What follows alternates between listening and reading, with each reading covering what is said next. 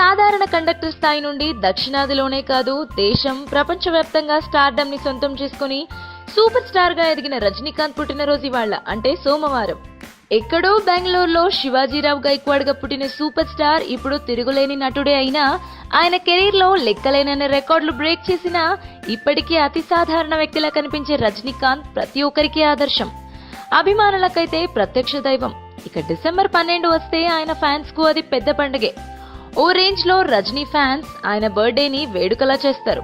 కానీ last year వరదల వల్ల అతలాకుతలమైన చెన్నైని దృష్టిలో పెట్టుకుని బర్త్డే సెలబ్రేషన్స్ కి దూరంగా ఉన్న రజనీకాంత్ ఈసారి కూడా జయలలిత మరణం కారణంగా తన పుట్టినరోజు వేడుకల్ని జరపొద్దని 3 days కిందటే ఫ్యాన్స్ ని రిక్వెస్ట్ చేశారు. సోమవారం 60-67 అడుగు పెడుతున్న తలైవా బర్త్డే సెలబ్రేషన్స్ కి దూరంగా ఉండాలని డిసైడ్ అయ్యాక రజనీ ఫ్యాన్స్ మాత్రం ఆయన మాట కాదనలేకపోయారు.